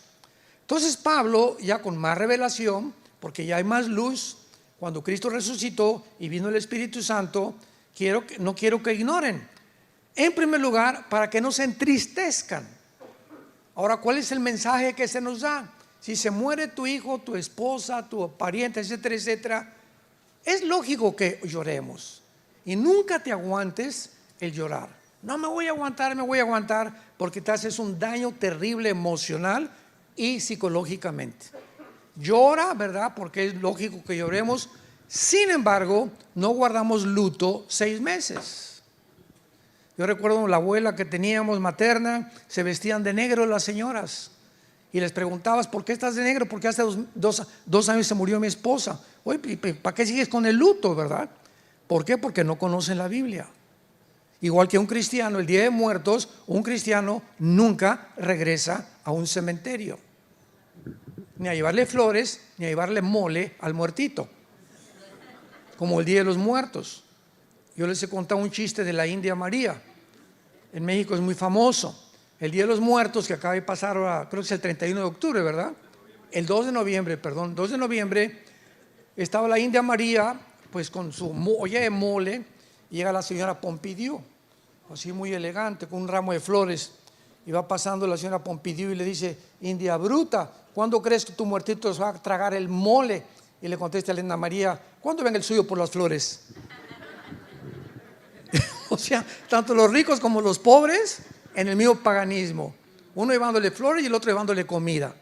O sea, es absurdo. Ya sabemos, no hay nadie ahí, está vacío. O sea, son gusanos los que están ahí. El momento que se muere tu persona, ahí salimos, vamos a verlo, el alma y el espíritu inmediatamente. Y ahí van a llorar y abrazando el cajón. Ya no hay nadie en el cajón, ya no hay nadie en el ataúd, ya no hay nadie en la funeraria. Se acabó y esa persona está o en el cielo o en el infierno. Por eso ya no regresamos nunca al cementerio, porque es absurdo llegar y pararte frente a la tumba. Ay, mi Juanito, por aquí, por allá. Ni te están oyendo los gusanos de Juanito. Juanito ya no está ahí. Juanito está en el cielo o está en el infierno. Muy bien. No quiero que, hermanos, ignoren acerca del escudero, para que no se entristezcan como los otros que no tienen esperanza. El cristiano, perdemos seres queridos. ¿Cuál es nuestro consuelo como cristianos? Saber, porque dice el versículo 14, si creemos que Jesús murió y resucitó. Hay un sí condicional, ¿ya lo vieron? Si realmente eres cristiano y crees que Jesús resucitó, entonces tu pariente está en el lugar, y ese es el consuelo, mucho mejor que aquí. Mi mamá está descansando, mi papá está descansando, gracias a Dios. Mi hermano está descansando, mi ex esposa está descansando, mi esposo está descansando. Entonces no tengo por qué vivir, tengo que seguir viviendo. No, esa tristeza no nos ayuda en la vida. Estás triste una semana, 2 semanas, un mes tal vez, pero no vas a pasarte toda la vida. Hace 2 años estoy vestida de negro porque se murió mi esposo, se murió mi esposa. Entonces les escribo para que no nos entristezcamos como los demás que no tienen esperanza y le lloran 3 años y 4 años y van al panteón porque no saben que está en un lugar mucho mejor. Entonces tenemos una esperanza nosotros, que nuestros difuntos cristianos están en un lugar mucho mejor, y el solo pensamiento de que está disfrutando con los ángeles y todo mi familiar o el pariente, eso me da paz y me da consuelo. para seguir viviendo. No podemos toda la vida vivir amargados por alguien, porque tenemos una esperanza de la resurrección de Jesucristo. Por lo cual les decimos en palabra del Señor que nosotros que vivimos, que habremos quedado, no precederemos a los que durmieron, porque el Señor mismo va a ser el mismo Señor Jesucristo que resucitó y ascendió al cielo, quien va a bajar del cielo. El mismo Señor Jesús va a bajar del cielo. Y dice la Biblia, ya no con voz de, por favor, les ruego, va a venir con voz de manto. O sea, mandando ¿qué cosa? Que lo alcancemos en el cielo. Vámonos, vamos a oír tal vez la trompeta o el shofar, y en ese momento nos vamos con él. El arcángel Miguel vendrá con él, con millones de ángeles por nosotros también. Imagínense qué espectáculo. Ni un sueño, ni una película, nadie podría describir el gozo tan grande que vamos a experimentar al estar con Jesús. No vamos a creer ni siquiera que estamos muertos. O sea, ¿dónde estoy? Con Jesús y los ángeles y el arcángel Miguel y todo. Vámonos y nos vamos hasta el tercer cielo con él. Y ya se acabó tristeza, se acabó enfermedad, se acabó lloro, se acabó todo completamente, porque estamos ya para siempre con el Señor. Ahora, hay una pregunta muy importante, porque hay mucha gente que enseña como una secta que se llama los Testigos de Jehová. No son cristianos, es una secta que fundó el juez Rutherford, y tiene la Torre del Vigía, una revista que se edita en Nueva York y que enseña que Jesús no es Dios y que nosotros no tenemos conciencia después de morir. Vayamos a Apocalipsis capítulo 6. Y la Biblia nos va a enseñar en esta tarde que cuando tú mueras y cuando yo muera, esto es increíble, vamos a mantener conciencia de quiénes somos. Síganme con mucho cuidado. En otras palabras, fíjense en esto. Cuando tú mueres, ¿qué te comen los gusanos? El cerebro. ¿Sí? Sí, claro, ¿cómo que no? Será Supergirl, ¿verdad? Nos comen todo, o sea, puros huesos, ¿no? Ahora, ¿por qué la Biblia nos describe que cuando estemos con el Señor seguimos pensando, seguimos oyendo y seguimos viendo si los gusanos nos comieron los oídos, los ojos y el cerebro? La pregunta está, ¿en dónde están los pensamientos entonces? En el alma, no están en el cerebro. Seguimos manteniendo la conciencia porque nuestra conciencia no está ubicada en ningún órgano del cuerpo, ni en el cerebro tampoco. Supera esta y trasciende el elemento que Dios nos puso, que se llama el alma, que lo vamos a ver, que es el alma, que cuando despertemos o estemos en la muerte, voy a saber que yo soy. Yo soy Armando, nada más que ya después nos van a cambiar el nombre, lo que tú quieras, en el tribunal de Cristo, pero vamos a tener conciencia que somos nosotros. Voy a ver a Pablo, voy a saber que ese es Pablo, que ese es Adán, que ese es el apóstol Pedro. Nos vamos a reconocer, se llama intuición espiritual. En Mateo 17, cuando viene la transfiguración, ¿se acuerdan que se aparece Elías y Moisés junto a Jesús? Y estaba Pedro, Juan y Santiago ahí en el monte. ¿Y cómo reconocieron ellos? Ese es Elías y ese es Moisés, que representa la ley y los profetas. No había fotos en aquel tiempo de los personajes, ni había ningún aparato tecnológico que tenemos ahorita. ¿Cómo supieron que era Moisés y que era Elías? Platicando con Jesús, conscientes de que era Moisés y que era Elías. Y sabían ellos que Elías había siglos antes arrebatado con Dios, al igual que Enoc, y Moisés había sido enterrado por Dios en el monte arriba antes de entrar a la tierra prometida, porque subieron ellos de la misma forma que ellos descubrieron que era Moisés y que era Elías. Así nosotros cuando muramos nos vamos a poder reconocer, nada más que no con la cara que tenemos actualmente de cocodrilo, ni tan feos como estamos, ni las mujeres, ¿verdad? Bonitas van a seguir siendo bonitas, pero nosotros todavía vamos a ser más guapos todavía, si Dios quiere.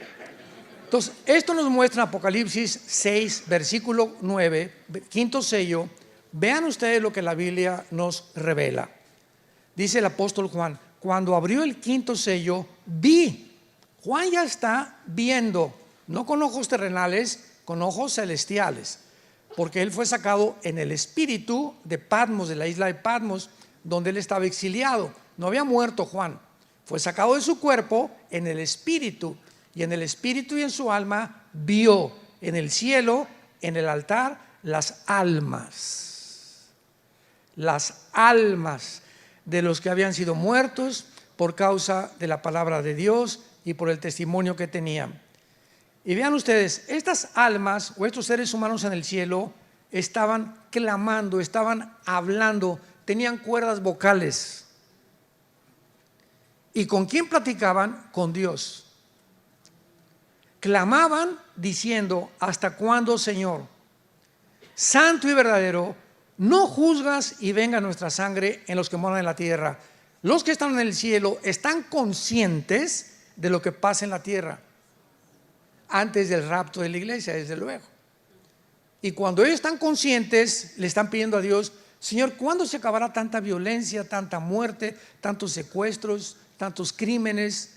Y así como nosotros todos los días, ojalá que ya venga Cristo, por favor, ya ven, Señor. Este mundo es un basurero, está de mal en peor. En el cielo, estas almas tienen todavía en su corazón el poder ver a un mundo transformado como los que estamos aquí abajo en la tierra también. Y entonces, ¿qué les responde Dios? Seguramente vinieron los ángeles y se les dieron vestiduras blancas. Y se les dijo, vean la orden: descansen todavía un poco de tiempo. ¿Hasta cuánto? Hasta que se complete el número de sus consiervos y hermanos que han de ser muertos como ellos. O sea, hasta que el anticristo acabe de matar a todos los judíos y a todos los cristianos. Hasta entonces vendrá el reino mesiánico, no antes. Y esto lo vemos en Apocalipsis 7, cuando Juan ve una multitud de toda tribu y de toda nación que están en el cielo, salidos de la gran tribulación. Va a ser el holocausto más horrible y más grande que Israel en su vida haya pasado. Se llama la gran tribulación.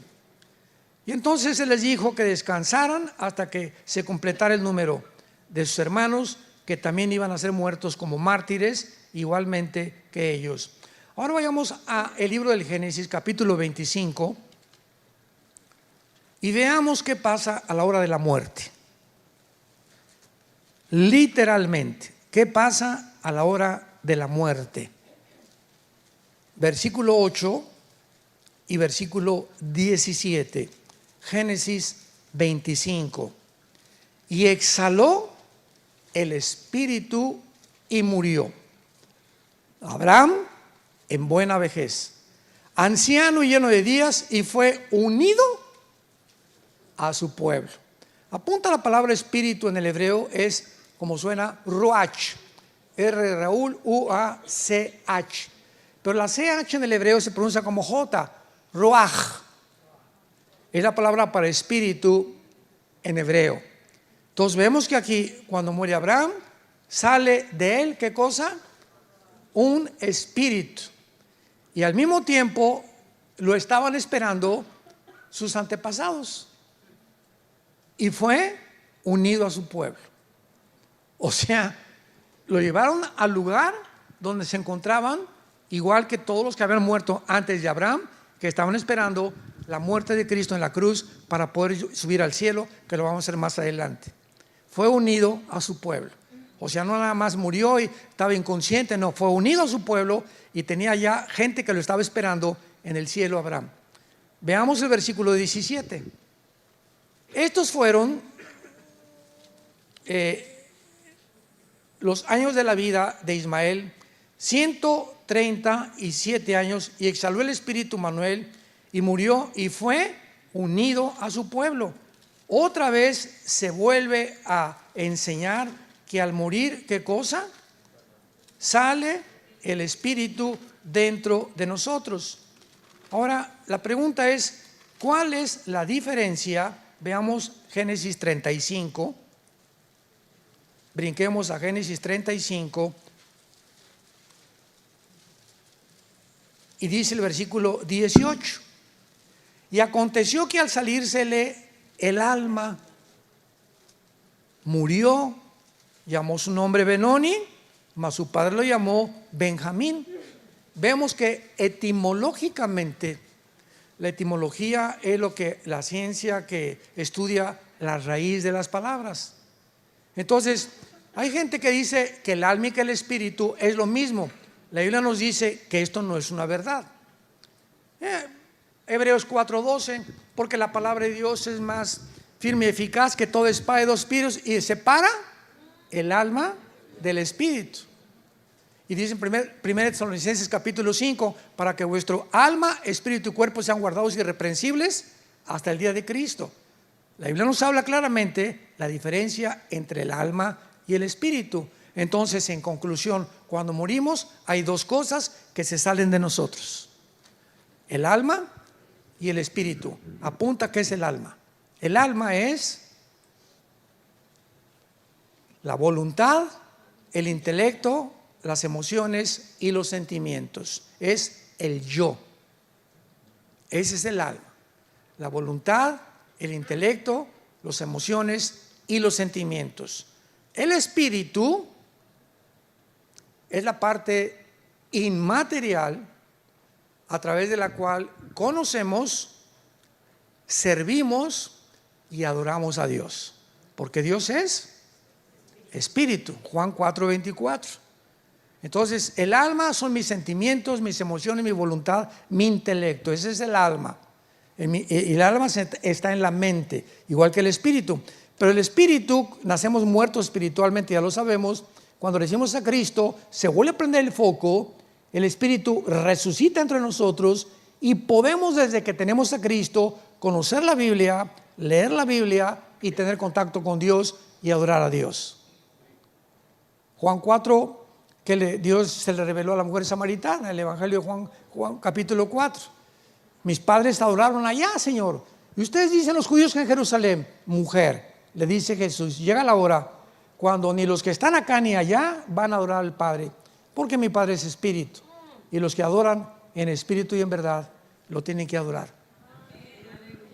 Oye, ¿cuál es la verdadera religión? ¿Los católicos o los evangélicos o la bautista o la presbiteriana? ¿Sabes una cosa? Dios es espíritu. Y tú puedes estar debajo de un árbol con dos personas y ahí hay una iglesia.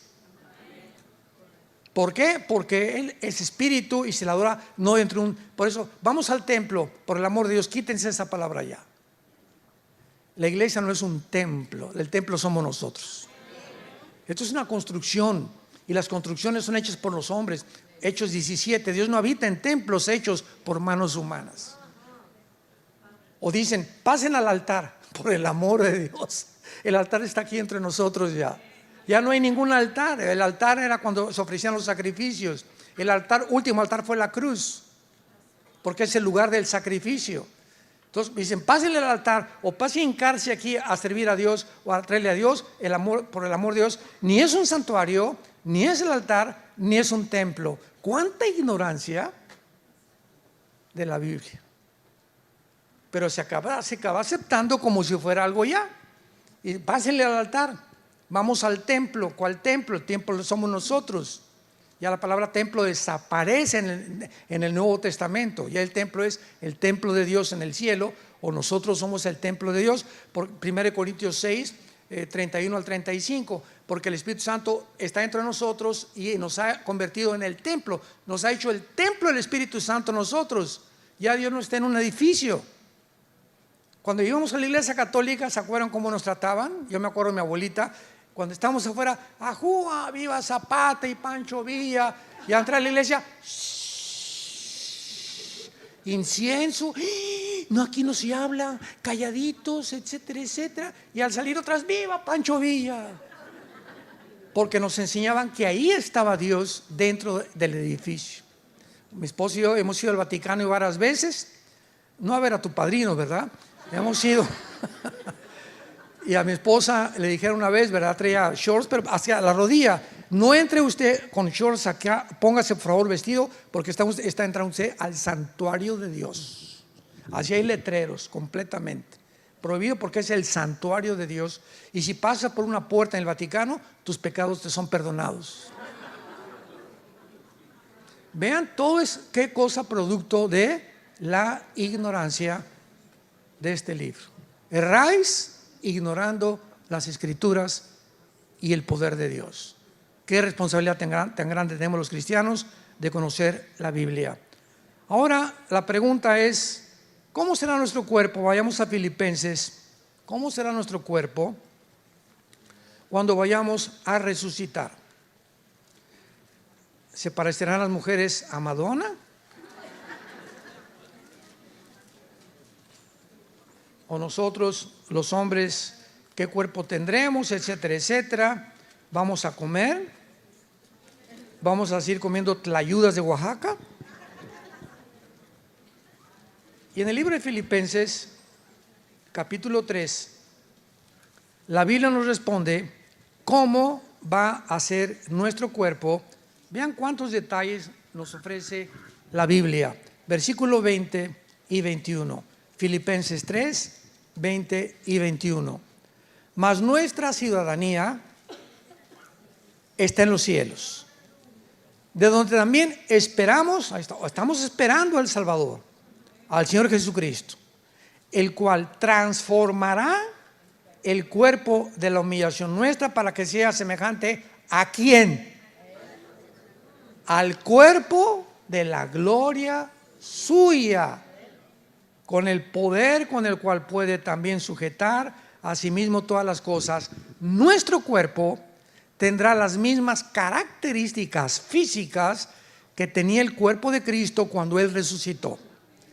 Y cuando Cristo resucitó, se acercó el centurión romano y tenían órdenes los centuriones de asegurarse que los crucificados estuvieran muertos, porque si los soldados romanos bajaban a un crucificado vivo, mataban a los soldados romanos. Era su responsabilidad asegurarse que estaban muertos. Y para asegurarse, les rompían con una especie como de bat los meniscos de las rodillas. Llegaban y les rompían las rodillas para que cayera el cuerpo, y si no se habían muerto por la crucifixión, se morían de asfixia, porque ya no podrían, colgar el cuerpo, respirar. Pero estaba escrito en el libro de Deuteronomio que al Mesías no se le iban a romper los huesos. Y eso el centurión no lo sabía. Tenía que cumplirse la escritura. Entonces el centurión, para asegurarse, dijo, por si aquello de que a lo mejor agarró la lanza y de la izquierda a la derecha atravesó todo el costado por dentro de Cristo, y cuando lo atraviesa de lado a lado, sale, dice Juan, una gota de sangre mezclada con agua. Y de acuerdo a la cardiología moderna, hermanos, de acuerdo a la cardiología moderna, el cardio, ya viene la palabra corazón, cuando se mezcla la gota de sangre con agua, significa la ruptura del pericardio. ¿Qué es el pericardio? Es una capa que envuelve el corazón. O en otras palabras, aquellos que dicen que Cristo no murió, esto lo evidencia la ciencia médica del siglo XXI, que realmente Él estaba muerto. Entonces la primera característica es que nuestro cuerpo ahorita vive por la sangre, porque la vida del cuerpo está en la sangre. Desde los pies de la cabeza hasta la punta de mi cráneo tenemos una circulación donde nos lleva la sangre lo que comemos, lo que bebemos, minerales, todos los nutrientes, etcétera, etcétera. Hay un examen de sangre, la biometría hemática, y te sale hasta el cáncer, ¿verdad? También te puede salir que puedas tener tú también cáncer, si hay una elevación grande de plaquetas o de leucocitos o de linfocitos. Entonces la sangre ahorita es imprescindible para nosotros. Nuestros cuerpos ya no tendrán sangre. Pregunta, ¿cómo funcionarán? No sé. Yo lo único que sé es que ya no va a tener sangre. Número 2, vamos a comer. Cuando Cristo resucita en el camino de Emaús, ¿se acuerdan que se le aparece a 2 discípulos? Y los lleva, se sientan para cenar, pez y miel. El cuerpo de Cristo no tenía sangre, pero va a tener otra nueva constitución, otra nueva mecanismos que podremos seguir asimilando la comida y seguir bebiendo y seguir comiendo. Y Cristo en la última cena le dijo a los discípulos, un día antes de morir, la última cena: este pan y este vino no lo vuelvo a comer con ustedes hasta el día de que yo regrese por ustedes. Anteponiéndoles ya que íbamos a seguir bebiendo vino y comiendo peces y miel. Chorizo no. Número 3 y último, cuando Cristo resucita, o sea, no vamos a tener sangre, vamos a seguir comiendo y bebiendo. Y en tercer lugar, cuando Cristo resucita, se juntan todos los apóstoles y Cristo atraviesa una pared. Y ahí estaba Tommy Boy, el agnóstico, el escéptico de los discípulos. No, hasta que yo no ponga mis manos en sus manos, no voy a creer. Y viene Jesucristo, le dice: Tom, come here. Se acerca a Tomás, escuchen esto, se acerca a Tomás y Jesús le dice: pon tus manos en mis manos. Y cuando Tomás pone las manos en las manos de Cristo, no atraviesa las manos de Cristo como si fuera un espíritu, toca algo sólido. Y cuando toca el costado de Tomás, toca algo sólido, implicando con esto que nuestros cuerpos van a materializarse y desmaterializarse a voluntad.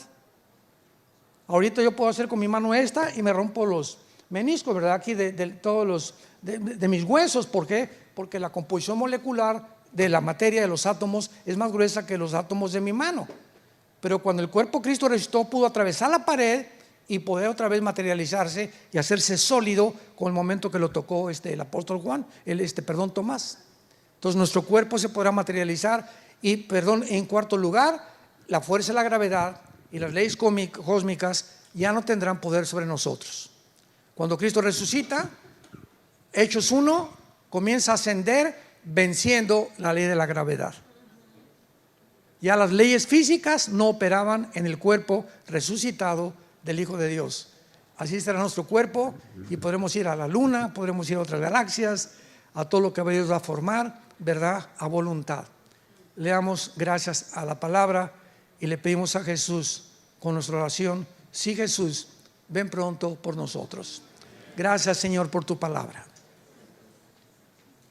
En esta tarde, tal vez haya muchos de ustedes que vinieron por invitación, por curiosidad, para oír, otros para aprender más. Pero tal vez en esta tarde Dios te ha hablado y te dice en esta tarde que te arrepientas de tu vida, que te arrepientas de tus pecados, que tu vida ha ofendido y está ofendiendo tu vida a Dios, y que tú no puedes seguir así, porque la paga del pecado es la muerte, mas el regalo de Dios es vida eterna en Cristo Jesús. Dios te pide que regreses a Él, que lo abraces, que Él tendrá misericordia de tu vida. Ábrele tu corazón, invítale como tu Señor y Salvador. No salgas de esta reunión en esta tarde sin la seguridad de que si tú murieras hoy en la noche, puedes dormir tranquilo, porque morirás en paz, con la seguridad que Él nos da, que nunca jamás nada ni nadie nos separará de su eterno amor. ¿Qué tengo que hacer? Me preguntarás. Dile estas palabras con todo tu corazón: Señor mío y Dios mío, perdona mis pecados. Creo que mi vida te está ofendiendo. Ya no quiero vivir así. No tengo el poder para cambiar. Por eso vengo a la cruz tal como soy, de pecador. Ten misericordia de mí, Señor.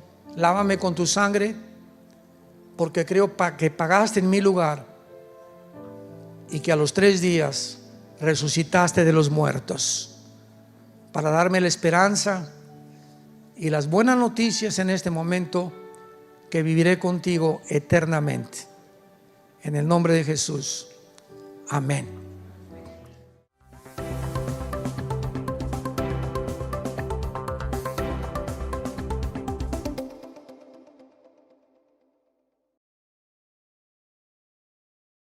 ¿Qué tal? Me da muchísimo gusto saludarles y quisiera simplemente comunicarles que gracias a todos ustedes a través de todas las naciones en el mundo que aman la palabra de Dios y que realmente están interesados en que nosotros como organización Vida Nueva para el Mundo continúe predicando el Evangelio de la gracia de Jesucristo, podamos nosotros continuar haciéndolo gracias a sus donaciones. Este año cumplimos 46 años de ministerio, 46 años donde hemos predicado, pensamos y consideramos de una forma fiel el Evangelio, la sana doctrina de Jesucristo. Nosotros con todas estas donaciones tenemos que sostener pastores, misioneros, obras, equipos de televisión y aún continuamos buscando la manera de poder elevar este ministerio. Hasta este momento, quiero que ustedes estén enterados, no tenemos una sola propiedad. Y así hemos trabajado durante 46 años porque le damos la importancia a la evangelización, a las misiones y también a los hombres de Dios para levantar más pastores. Le damos las gracias, que pueda Dios con su gracia tocar sus corazones y que puedan ustedes invertir en un terreno donde es fructífero, porque creemos que hemos producido bastante buen fruto para la gloria de Dios. Gracias por sus aportaciones y por las donaciones que sabemos ustedes continuarán haciendo para que podamos continuar siendo fieles en la predicación